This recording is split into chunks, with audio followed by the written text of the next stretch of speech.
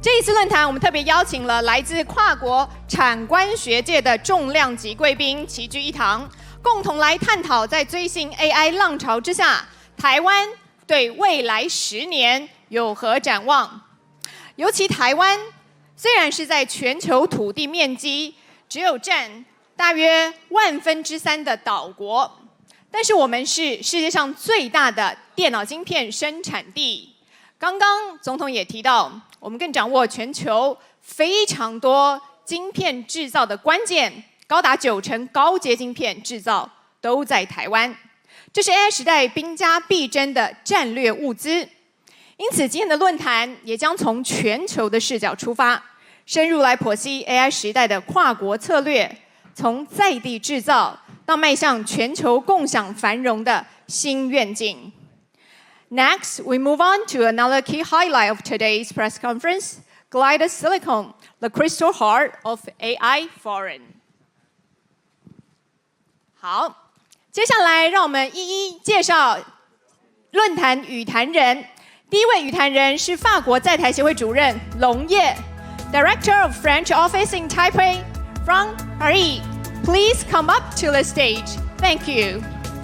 第二位语坛人是德国在台协会处长狄嘉信 ，Director General of German Institute Taipei, Carsten Thies. Welcome to the stage. 第三位语坛人是宏基集团创办人施正荣，施创办人，请上台，请工作人员引导就座。第四位语坛人是经济部政务次长何敬仓，何次长，请上台，请工作人员引导。第五位语坛人是无任所大使黄清勇，黄大使，请上台就座。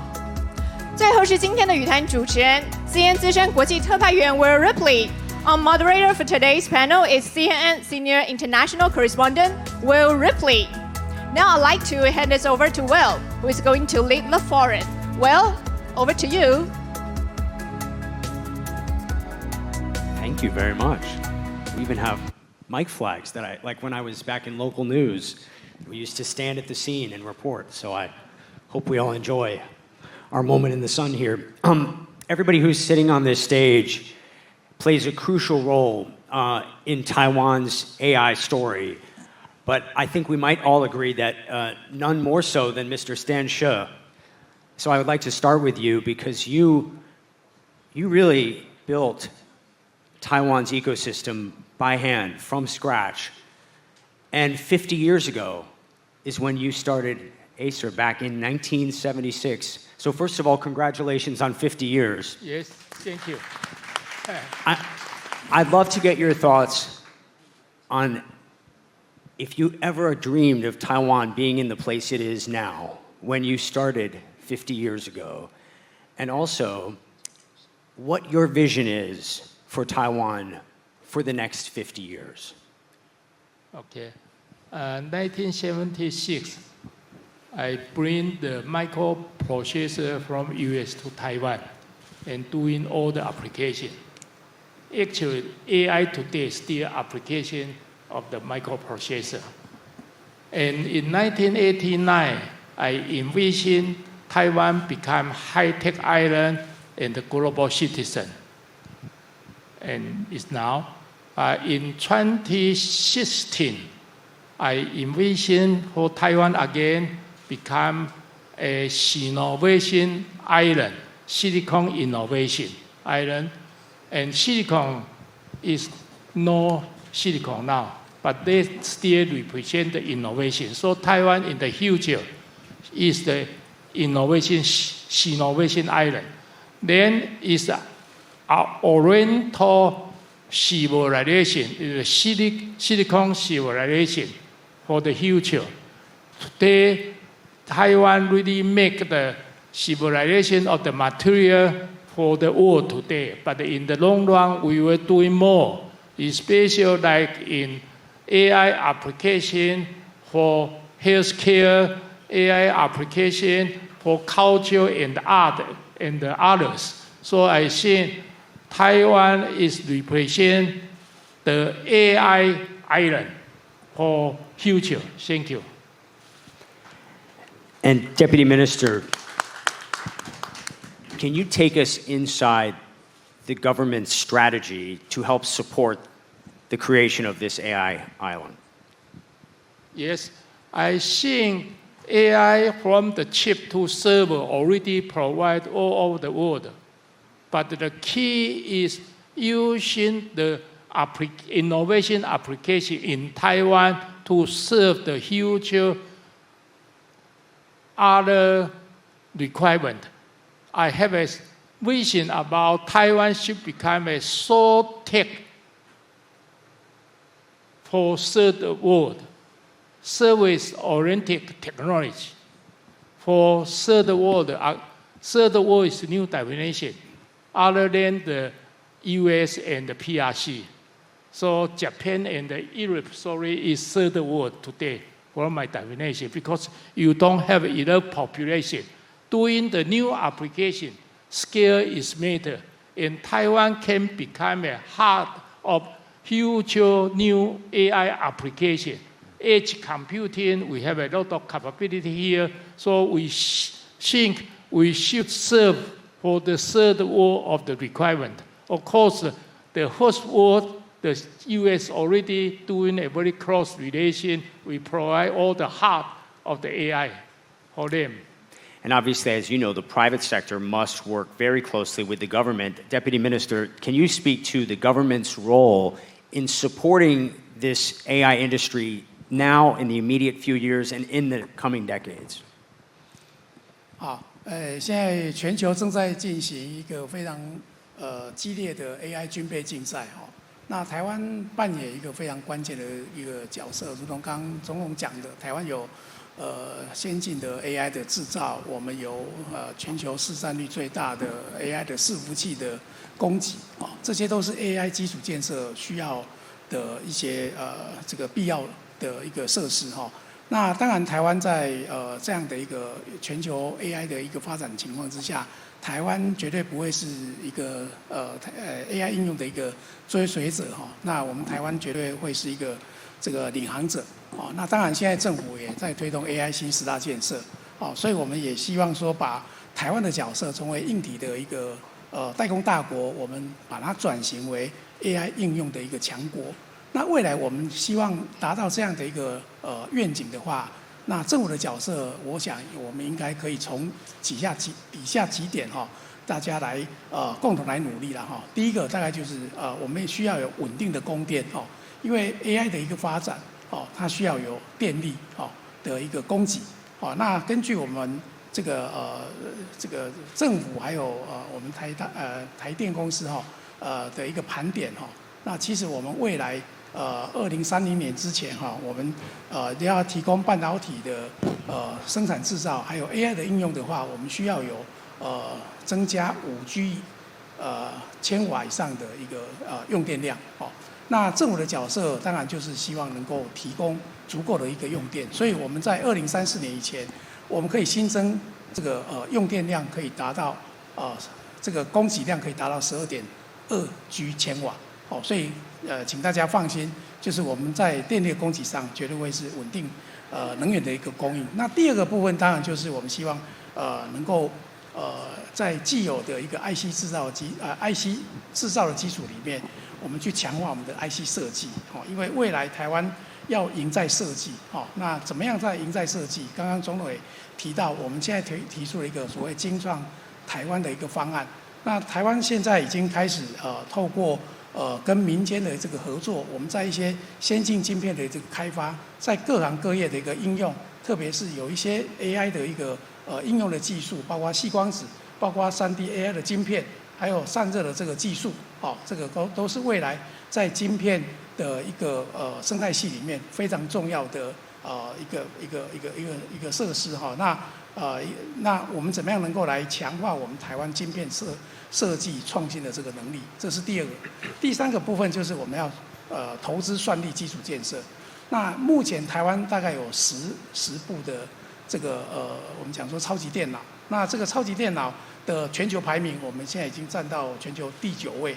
那台湾的这个算力也在全球的排名第13位。那未来3年台湾会再有3座的这个算力中心所以算力中心它是一个发展 AI 的一个基础的一个很重要的一个建设哈，所以政府会跟民间大家一起来合作，强化这方面的一个设施。那第4点的部分就是我们怎么样能够开发 AI 模型的自主研发，好，如同刚刚施先生所讲到的哈，我们需要把百工百业所应用到的这个 AI 的这个需求哦，我们结合这个我们的这个软体产业哈，怎么样能够来扶植台湾的这些软体业，能够跟我们台湾的这些工协会能够来合作把产业的大数据的资料库应用到这个软体的开发里面，然后开发各行各业专属的这个行业别应用的这个 AI 的模型，然后推动百工百业的一个 AI 化。那当然最后我们希望透过政府的奖励政策，能够让我们百工百业在导入 AI 的过程里面，也能够降低成本，然后享受一些租税的抵减的优惠。所以我们现在在产业创新条例也已经修正了哈，我们把这个投资抵减的这个上限从这个10亿提升到这个20亿哈这个20亿元哈，所以让企业有实质的动力可以来进行 AI 的升级哈。所以透过这5项工作，我们希望能够把台湾这个硬体的优势延伸到高价值的这个软硬整合的系统，那确保 AI 在AI 的时代，台湾能够在这样的一个这个全球的核心地位能够稳固。Ambassador, you are another who has witnessed this almost from the beginning, and we were chatting before about all the growth that you've seen. You've written 11 books about the topic, and you mentioned one statistic that there are now 1,000 electronics companies in Taiwan. And listening to the film and listening to President Lai talking about Taiwan being the beating heart, I thought that was an amazing analogy, and it really is true, isn't it now, that Taiwan is crucial and essential for this, certainly for semiconductors, for the industry to survive. Hearts can be transplanted, right? If there's a medical procedure and there's an emergency, it's possible. You can't transplant a brain, right? That is not yet medically possible. So do you see, in addition to being the heart, do you also see progress in Taiwan becoming the brain for AI moving forward into the future as well? Yeah, thank you. I believe the industry not develop within 1 year, even 10 years. We are so lucky. Not many countries develop high-tech industry successfully. Taiwan is one of them.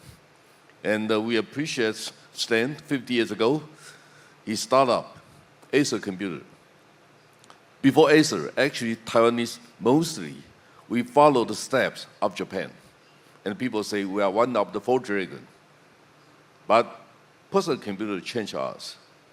And I came back to Taiwan in 1985. Government recruited 20 young men to formulate a strategy for the country. I'm one of them. Actually, I'm the youngest one. I'm still young. Not that anybody's counting, right? But I witnessed. Actually, government even recruit and hire me, appoint me to Hsinchu Science Park to formulate a strategy for the park. So I witnessed Taiwan from scratch to today. Let me explain to you at first by industry and the market, capital market here in Taiwan. End of last year, we have 1,051 listed electronic companies. The total revenue of those companies was $1.18 trillion. And 53% of them, they are mass producers, include Foxconn, Wishong, Weyin, and the Eventech company as well. The top 20 companies, EMS company in the world, 9 from Taiwan. And the top 20 companies co-create $20 billion last year. But 70% from Taiwanese company. So we are the key player. But based on personal computer, there is a true, and now people rely on us to produce AI servers and others. There is a reason why we have so bright, so competitive semiconductor industry. Not only because TSMC, but because the ecosystem here we have today. So many people admire TSMC. That is true. They are so successful. But maybe you didn't know, the market value of Taiwan last year, end of last year, was 3.5 trillion US dollars. 3/4 of them contributed by electronic companies, which means it's about 9% of the top 8 tech giants of the world, includes Amazon Web Service, includes Microsoft, Apple, Meta, the top 8. They co-create 25 trillion US dollars about. So we have 10%, but we are a small country. Only 0.7% GDP of the world. So we're lucky. The reason why we're lucky because population density. Most of the high-tech companies in Taiwan, the headquarters located in Hsinchu and Taipei area, 1 hour distance. So even we have 7 great earthquake, we need to go back to the factory easily. We can ride our motorcycle or even bicycle. We can go home. U-bike, my favorite. Right? So we are successful not because only we work hard, but because of the environment we have today. So for future, we need to think about how to help others. Our government emphasizes one thing: Taiwan can help. What means for Taiwan can help? Now we are the #1 market share in the world, so we need to define the market by different definition.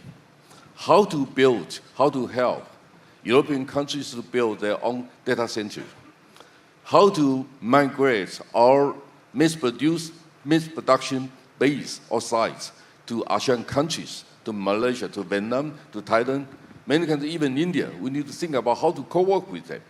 The co-create, co-share, co-enjoy all of the fruits of the industry development. That is the mission of Taiwan we have today. So I think we need to think about more way, more different perspectives to think about global cooperation. So we are so good, but we need to shake hands with others, even because we are small potato. Thank you. Well, you have perfectly transitioned us to broadening out the topic as we welcome our 2 gentlemen from Europe. And I'll begin with you, Director General Tietz. In Germany, you've had a huge influx of cooperation just in recent years, right, with Taiwan. Even groups of German exchange students coming here. Obviously, TSMC is coming very soon to Germany. So can you speak to Germany's role and how Germany and Taiwan can cooperate in this new exciting era of AI? Sure, thank you for having me. The president just said he is very proud to be president at a time of spectacular growth of Taiwan. I can say the same. I'm very proud to be the Director General of the German Institute in times where our staff has within 2-3 years doubled. We are the only growing foreign mission of Germany in the world. And the reason, of course, is that the cooperation between Taiwan and Germany in the last 2-3 years has grown tremendously. It is not only TSMC's investment in Dresden, the only European investment of TSMC. It is also the investment from Germany in Taiwan just last year has gone up more than 200% in 1 year. Merck is an indispensable building block of the semiconductor supply chain, has just opened a new factory in Kaohsiung. So our economic, but also our science and research development has really skyrocketed.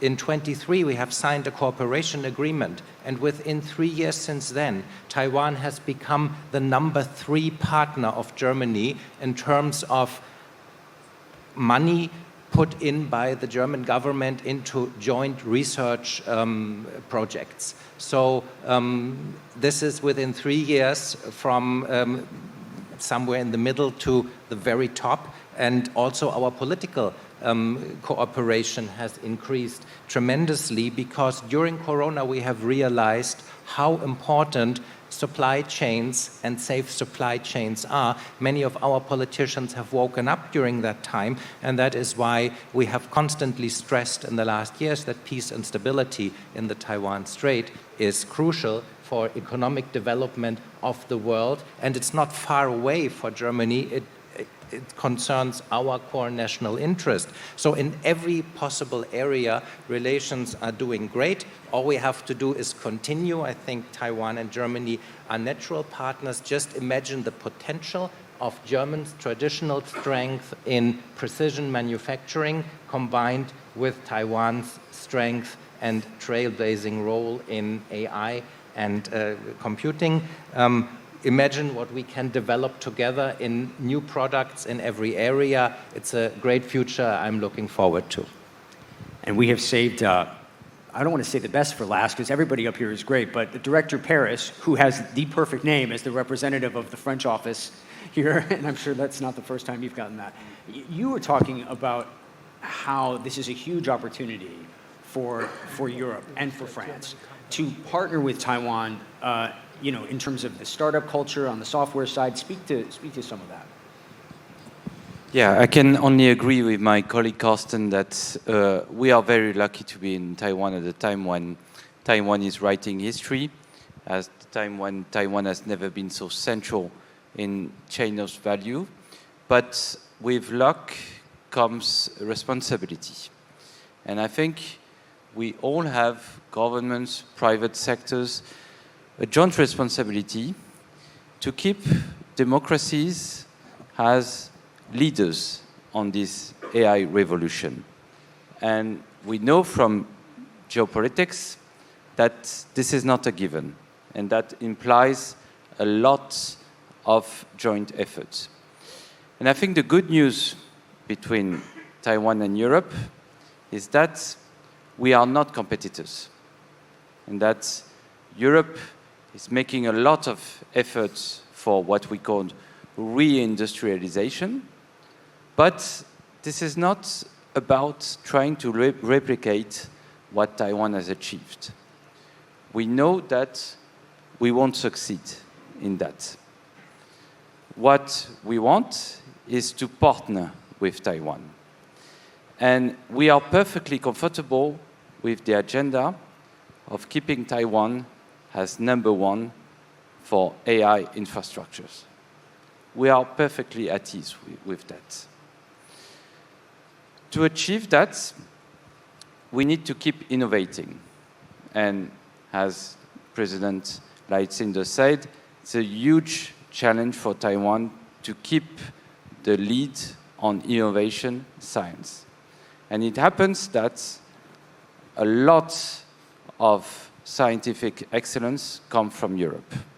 If you look at, for example, quantum science that has been quoted by President Lai, a lot of leaders of quantum scientific leaders come from Europe. We brought 2 years ago French Nobel Prize on Quantum to partner with the key leading in universities in Taiwan. So this is how we can stay together number one and take the opportunities of the next innovation. Second avenue for cooperation is complementarity.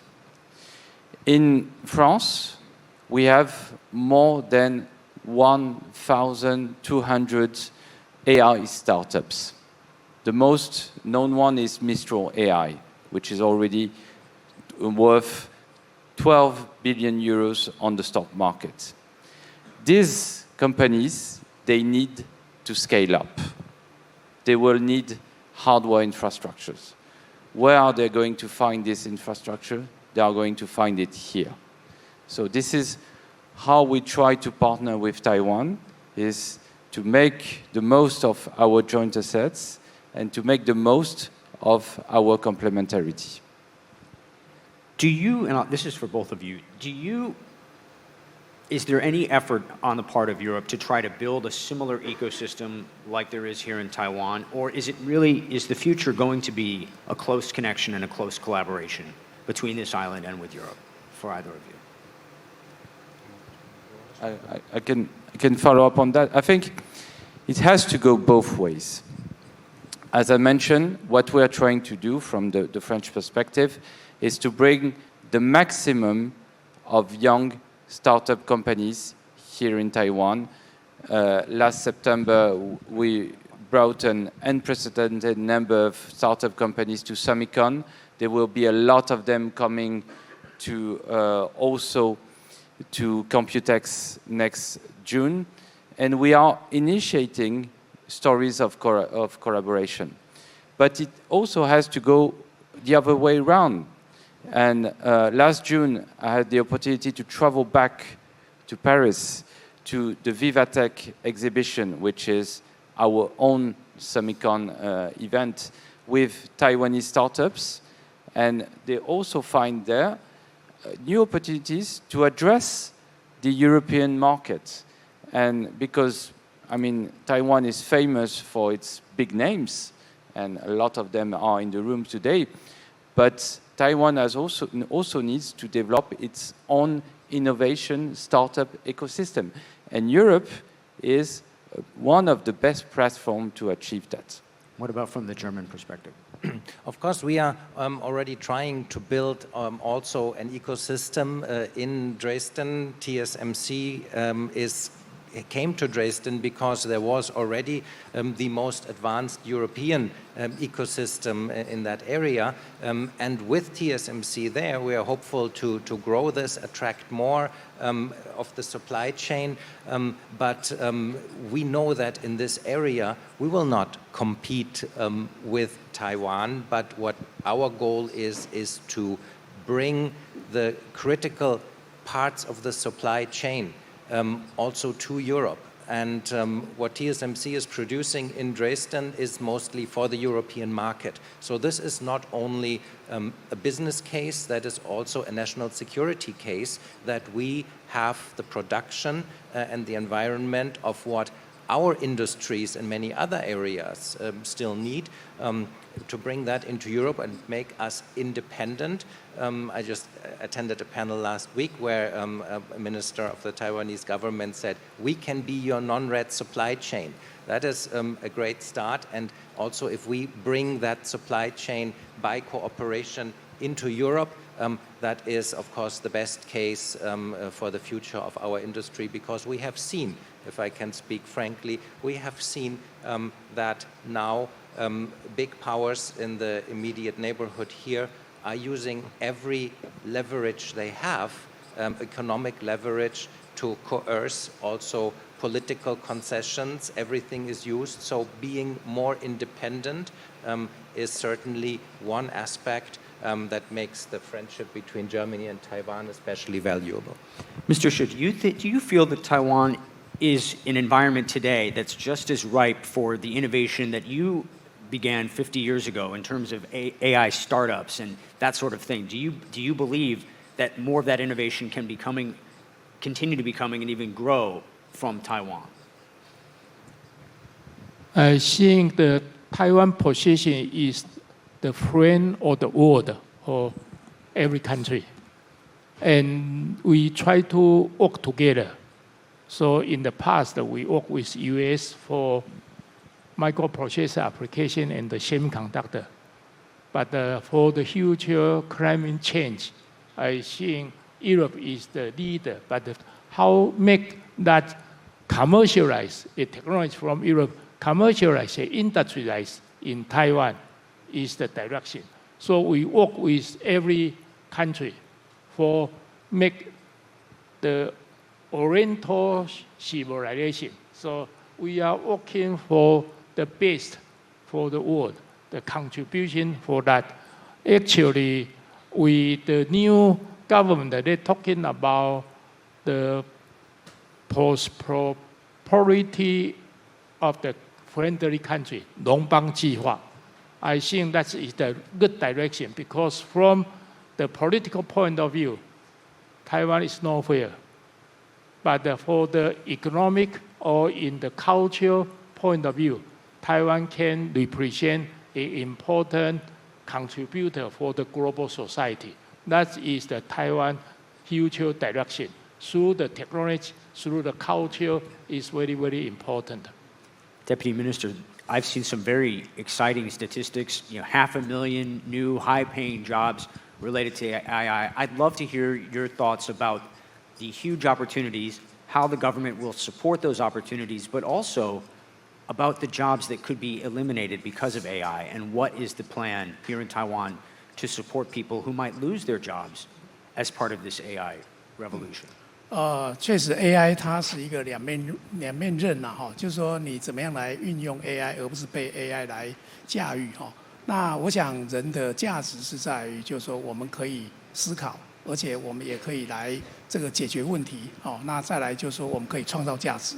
那所以 AI 的一个应用，它带来人类整个文明产生的这样的一个巨变哈。那我们怎么样能够教育我们的这个民众，然后来善用 AI？这个其实也是我们新 AI 10大建设里面非常重要的一环哈。那也就是说，我们希望能够让产业、让全民能够来善用 AI， 成为 AI 的主人哈。那所以不管是从我们的基础的教育，还是说我们现在的在职的训练哦，甚至就是说我们未来在这个工厂的这个运用上面哈，我们都希望能够把 AI 能够带入到这个场域里面，然后也能够让这个场域里面的这些劳动者，他能够来运用 AI 来协作哦。那所以不管是在制造业，不管是在服务业，那我们已经开始启动了一个这样的一个 AI 的一个辅导团。那我们的目标当然就是说，我们希望能够把台湾的这个百工百业，台湾的这个中小企业，甚至就是说，我们希望能够把 AI 的这样的一个生态系，能够从我们的产业界能够开始能够建立起来。那当然AI 许多的这些应用的工具，现在正在发展当中，而且进步得非常的快。那我们怎么样能够发展我们的主权的 AI， 然后能够让我们的这个 AI 的一个应用，能够更有台湾的一个产业的特色，然后甚至就是说怎么样能够把 AI 的这个价值发挥在我们的这个生产制造的现场。那这个其实是我们现在政府在跟产业界一直在努力的一个方向。所以面对少子化的这样的一个趋势 ，AI 它的出现刚好可以解决我们这样的一个问题。但是 AI 它不应该是取代人类，它应该是要去叠加在人类的这个工作的这个价值上面，它应该要能够扮演是一个人类的一个工作上的一个好伙伴的一个角色。那我想我们现在政府就是正在这个推动这样的一个目标。刚刚总统也提到，我们在未来2040年哈，我们就要训练50万的这个 AI 的一个培训的这个人力哈，这个是我们整个国家的一个目标。那当然整个教育的体系哈，我们跟教育部、跟国科会、跟数位部我们也希望能够把这样的一个 AI 发展的契机，带动这个 AI 产业化、产业 AI 化，那未来能够让整个工作的价值提升，也能够改善我们国内的这个国民的这个所得分配的这个状况。I think anyone that's using AI as a tool in their job now, and I certainly can attest, it's remarkable. It can analyze data sets very quickly. It can translate documents. It can give you a summary. But you know, sometimes, and I don't know if any of you feel this way, I sometimes wonder if it's really as smart as everybody thinks, because I got into a fight with ChatGPT the other day when I asked it a simple question. What was the day that the Prime Minister of South Korea went to the White House for an unscheduled visit with Trump? And it then got into an argument with me for like 5 minutes about that South Korea doesn't have a prime minister, and they do. And I'm like, you're wrong. I mean, we're going back and forth, and I'm getting heated with my phone, and I'm thinking to myself, how is this thing telling me false information? And then finally admits, oh, that's right. Sorry, I was mistaken. So you know, Ambassador, do you think that AI is going to be as this spark that you know we're all hoping for? Or do you think it's a little bit overhyped? I mean, you've been following this industry very closely. And is it wise for any nation to put all their eggs in the basket of AI, or should there be a more diversified approach in terms of developing the hardware to support it, the robots, the EVs, the other technology? What do you think? Okay, you can get any answers from ChatGPT or Google, but you need to find good questions first. So you mentioned about how to cooperate each other, like work with France, with Germany. To define the question is more important than anything else. Now we need a new global view about international cooperation. I just paid visit to Germany recently. I paid visit to Siemens in Finland. Why we need to visit Siemens? Because sensitive products move back to Taiwan for mass production. Then we need smart manufacturing. and we need solutions from Siemens. And also power consumption, efficiency.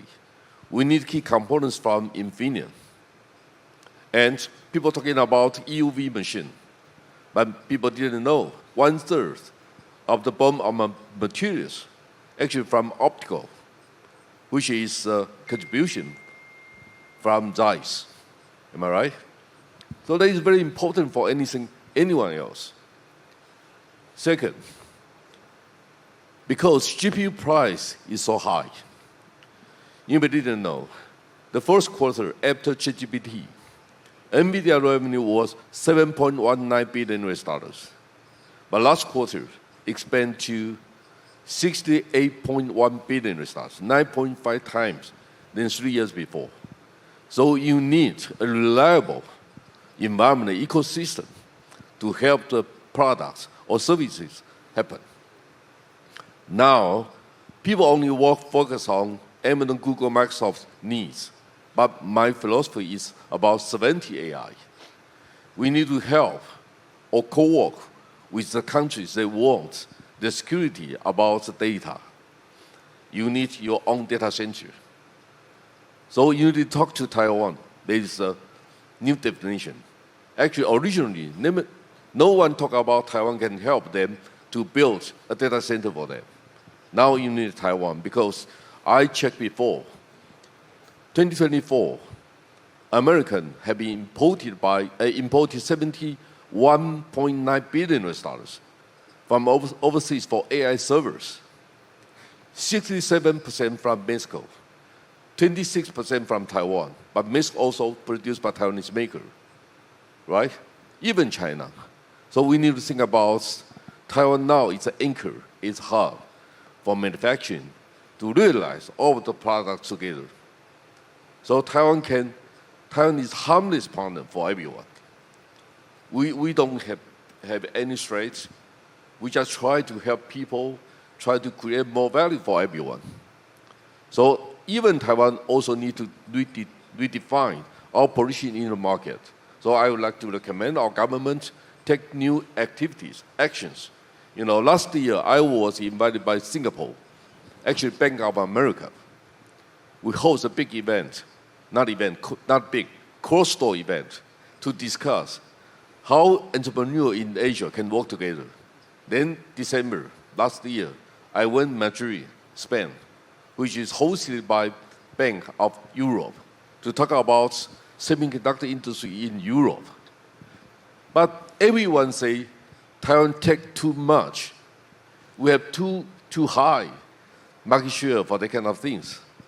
But they didn't know why we deserve for. So also Taiwan need to talk to others to share our position and status quo. They cannot describe what's different from Taiwan and Korea. Our industry clusters are totally different from each other. So sometimes Korea is good, sometimes Taiwan is better.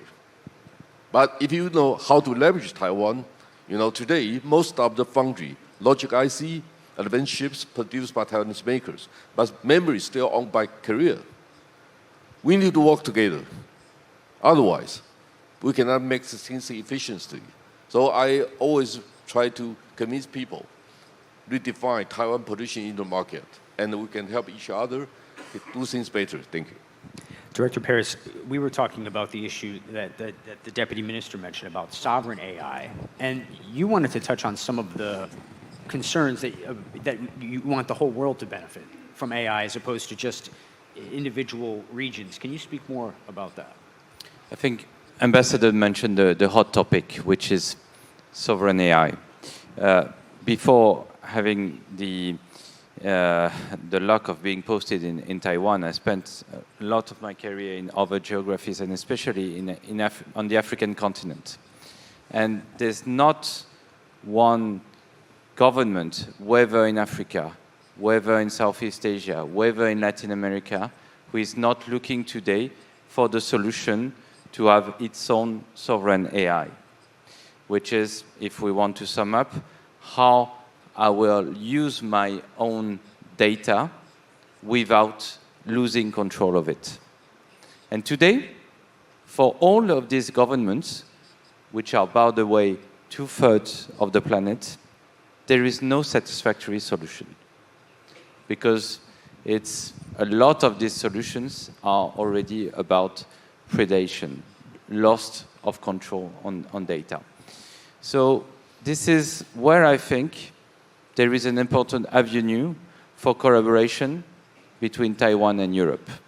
Because it's good to speak about how we can cooperate our own ecosystems. But I think we should also think about how together we can reach out to the rest of the planet. And this is, I think, the real challenge. Not just combine and stay by ourselves, but combine our own assets, which is software and hardware, and propose solutions to the rest of the world. Also, talent development is crucial, isn't it? And you were talking about steps that Germany's taking. How do you see Taiwan helping the world to cultivate the next generation of talent, and how can Taiwan work with nations like Germany to do that? Well, when you look at talent building, we have we have this very exciting cooperation program where we bring German students, and it started with the University of Dresden, where a TSMC will be located. Bring German students here for an exchange year and also have them work at TSMC. So training on the job for future employees of TSMC factory. And this program became so popular in Germany that now the National Ministry of Science and Research and Education allocated money that we roll it out to the whole country. So from this year onward, we will have 100 German students every year coming to Taiwan to study and work in this industry.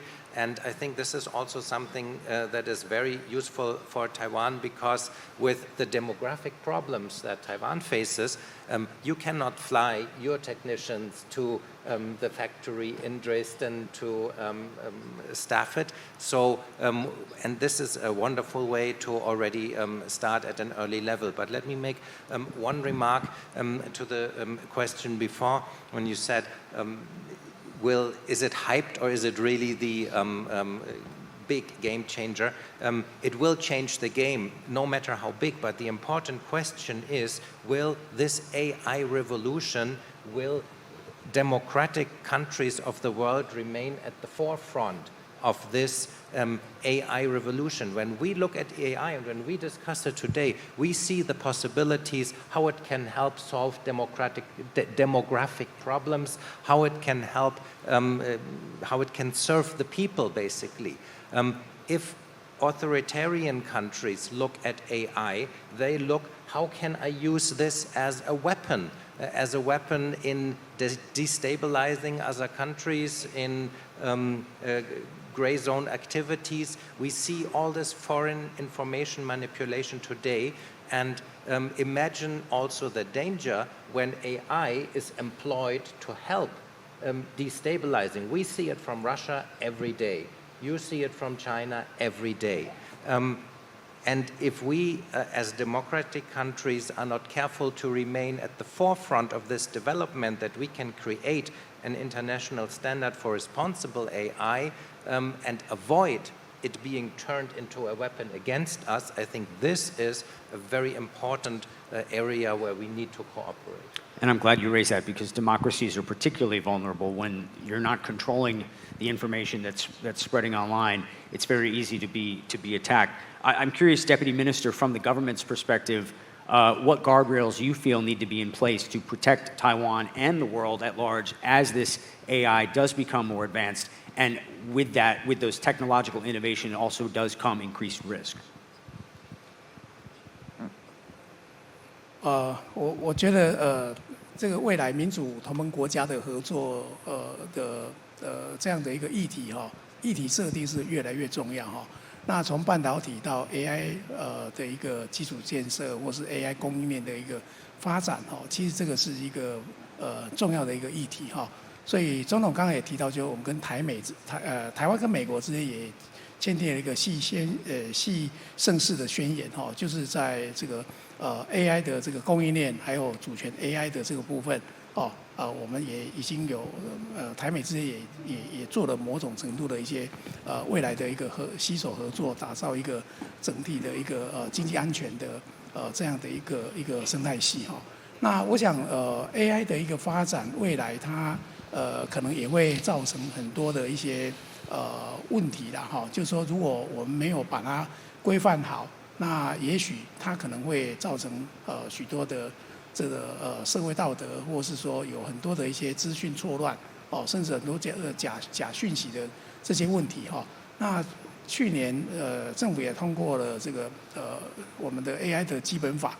那这个 AI 的基本法其实它是一个很重要的一个法规，就是未来它在规范公务部门或是我们的产业部门，它在使用 AI 上面，它怎么样来去预控那个风险，那甚至我们也怎么样去做一些规范，这个法规对台湾来讲是很重要的哈。那当然 AI 是刚出现，那怎么样能够让我们在这个法治的一个社会环境之下，能够善用这个 AI， 它成为我们的助力而不是主力，这个都是台湾跟全球的这个问题哈。所以跨国之间的合作，在这样的一个AI 的一个发展的过程里面哈，我们可以找出一些议题大家来共同来探讨。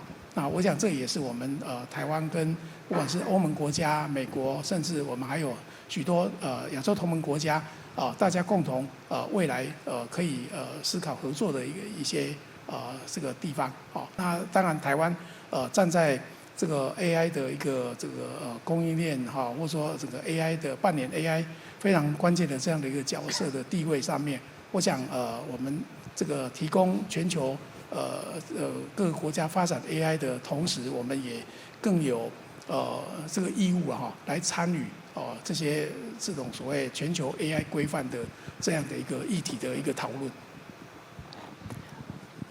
Mr. Shih, how powerful do you think AI is going to become? What do you think is the potential of the technology? I am more than 80 years old, so I think I have to adapt AI also. Recently, I try to bring the wisdom to AI because AI is intelligent without the wisdom. Aged people have more wisdom, right? So I using my one Tao philosophy, bring those knowledge, the create the value, balance of interest, and sustainable development, and the sixth aspect of the value, direct, indirect, the tangible, intangible, current, and the future. Through the investment of the wishful cost to bring a valuable indirection, intangible, and the future invisible value. I bring all of this philosophy into the GDP. GPT have a lot of intelligence, but without wisdom. So I am trying to help the GPT have a wisdom. And right now I call this my cohort persona called Artan. I'm Stan. So Artan. So try to, right now I work with them every day, try to develop the future business opportunity and bring in the new strategy, define all the naming and all those specifications. So AI is really helped me a lot today. Ambassador, it takes a lot of energy to power all of this. That's a big question mark. How do we work together with the world to address the energy challenge? Yes, there is a big challenge. As I mentioned, if you want to build a 1 gigawatt data center, it costs you $40 billion. 60% will be from chips-related products, rack or data center. But 40% are infrastructure, which includes power consumption, water, a lot. So absolutely, there's a big challenge for everyone. But I still like to go back to the cooperation among the countries. as you know, most of the sensitive products, like servers, they'll be asked to go back to Taiwan for mass production. But we don't have any trouble or challenges about PC and the smartphone. But we need to think about automobile, electric vehicles, and smart glasses, drones, they're all sensitive as well. Today we cannot think car is just a car, which is a smartphone-like products. They create a lot of data. So Taiwan cannot talk too much about what it means for security. But we can help other countries to build their own devices, edge computing concept in your country. So regionalize policy, strategy, and collaboration will be more important than before. Then power consumption issues in Taiwan will be not significant like before. So take a global view to think about collaboration.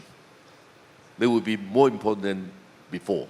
So that's my suggestion. Thank you. With our last 5 minutes, I'd like to just go down the row and ask everybody if you have any other kind of closing thoughts after listening to our discussion, beginning with you, Director Paris. I would like to have a closing word on energy as well, because I think this can be the only bottleneck and the only limitation to the potential of collaboration that we have of the potential of AI revolution. And I would just make a conclusion on that is that what would make sense, I think, is to join our innovation.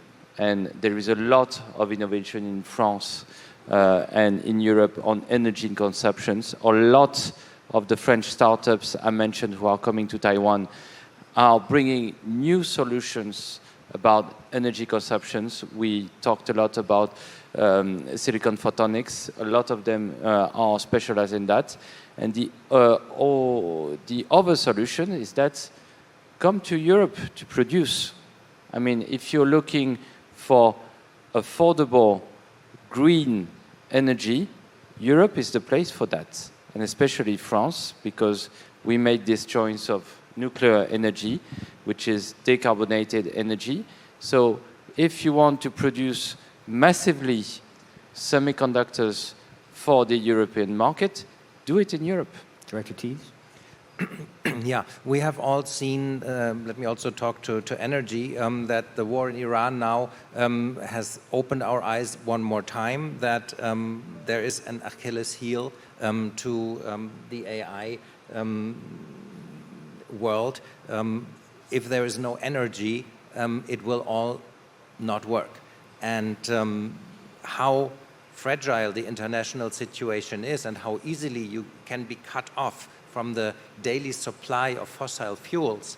This has sparked 10 years ago already the decision in Germany, we want to be independent of fossil energy resources that we don't have and that we mostly have to get from countries that have no democratic values as we do. So our energy is renewable, it's the choice. It is called in Germany freedom energy, because that is something where we are not dependent on a supply chain, where supply chains cannot be interrupted. Of course, you will never be able to power everything by green energy, but a substantial part, and especially for Taiwan's position as an island and vulnerable to cut-offs of fossil fuel imports, green energy would certainly be, maybe also together with nuclear, something to get this energy independence that Taiwan needs to power all the data centers independent of being coerced from the outside by just the threat of cutting fuel imports. Mr. Shih. I'd like to add on. I have envisioned again a couple of years ago, Taiwan should become an energy import country into the energy export country. So right now I work with Germany about airborne wind, try to commercialize that in Taiwan and develop a new product, and also with European about the green energy technology try to commercialize the industry that for in Taiwan help together. So because energy is so critical for the civilization. Okay, thank you. Deputy Minister. AI 的发展的议题非常的多哈，那当然就是如同刚刚大家所提到的哈，从能源到这个主权 AI 到算力的部分哈，其实都需要许多的国家大家一起来合作，所以这个怎么样去把这些友盟国家、民主同盟国家大家共同集合起来，共同来因应着整个未来全球 AI 发展的一个趋势，是我们现在台湾正在努力的一个方向。那所以我们现在采的这个所谓的经济外交哈，那其实也都是用这样的一个主题哈，我们希望能够跟世界这些民主同盟国家共同来探讨这方面的这个议题哈。那所以这些议题其实对台湾来讲都是非常重要哈，尤其刚刚大家提到能源的议题，大家也知道说台湾在做2次能源转型的过程里面，我们也很多的技术都来自于欧盟国家哈，很多的 support 也都是来自于这个我们的邻近的这个日本这些相关的技术的支持哈，所以可见的就是说台湾在发展更多的这些包括5大信赖产业的同时，其实我们如果不越来越能够开放自己，能够让世界走进台湾的话，其实我们在发展我们会受到很大的限制。所以我们现在很大的一个策略就是说，我们怎么样能够这个运用我们的这个经济，能够跟世界做朋友，这是我们想要做的。Okay. I would like to emphasize mutual investment. You know, in case of the diversified products, time consuming is most important issues we need to talk. But Taiwan only have limited resources, includes manpower, lands, a lot. We don't need FDI now, but we need new talents, good concept, products. That's why I say European countries need to think about how to invest Taiwan. As you know, we have more than 600 billion US dollars foreign currency reservation, so we don't need money. But we can invest in your country as well. For funding, then people know each other better. Then we know how to work together. So I emphasize mutual investment, but understanding behind that. So I suggest, again, Ministry of Economic Affairs can host global event, invite world-class companies to come to Taiwan to talk how we can work together. Now, they like to come to Taiwan. So we are different from before. So we can do more things than before as well. Thank you. Thank you all very much for a fascinating conversation. Appreciate all of you. Thank you.